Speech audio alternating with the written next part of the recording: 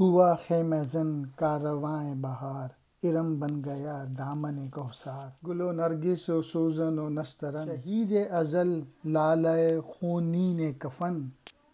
جہاں چھپ گیا پردہ رنگ میں، لہو کی ہے گردش رگِ سنگ میں۔ فضا نیلی نیلی ہوا میں سرور، ٹھہرتے نہیں آشیاں میں طیور۔ وجوہ کوہستان اچکتی ہوئی، اٹکتی لچکتی سرکتی ہوئی۔ اچھلتی پھسلتی سنبھلتی ہوئی، بڑے پیچ کھا کر نکلتی ہوئی۔ رکے جب تو سیل چیر دیتی ہے، پہاڑوں کے دل چیر دیتی ہے یہ۔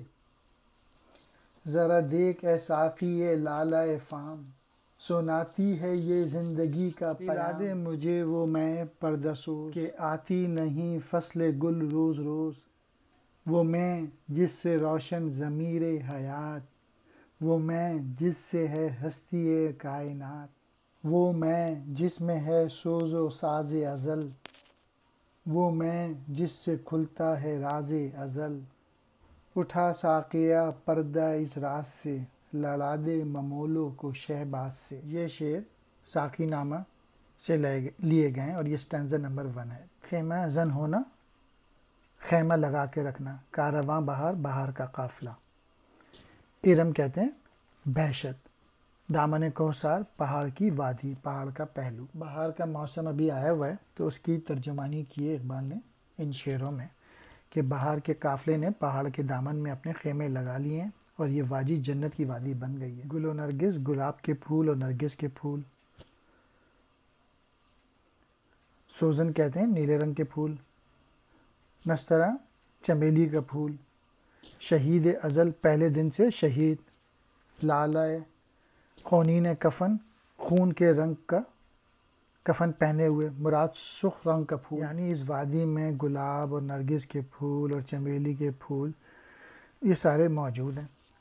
لہو کی گردش، خون کا رواں دواں ہونا۔ سارا جہاں رنگ کے پردے میں چھپ گیا اور پتھر کی نس نس میں خون دوڑنے لگا۔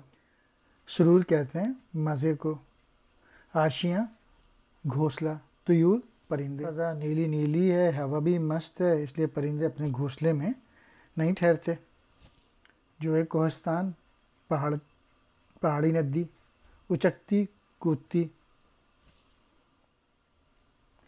پھر اچھلتی پھسلتی سنبھلتی ہوئی جو ندی جو ہے وہ چلی جا رہی ہے۔ سیل چیر دینا، پتھر کی سیل کو کاٹ دینا، اور جب یہ پانی رک جاتا ہے تو پتھر کو سے ٹکرا کے اس کو توڑ دیتی ہے۔ ساقی لالۂ فام، سرخ لباس پہنا ہوا حسین ساقی۔ پیام کہتے ہیں پیغام کو۔ پھول والے جسم ساقی، ذرا اس ندی کو گہری نظر سے دیکھ، یہ زندگی اور بیداری کا پیغام پہنچا رہی ہے۔ میں پردہ سوز، پردے کو جلا دینے والی شراب۔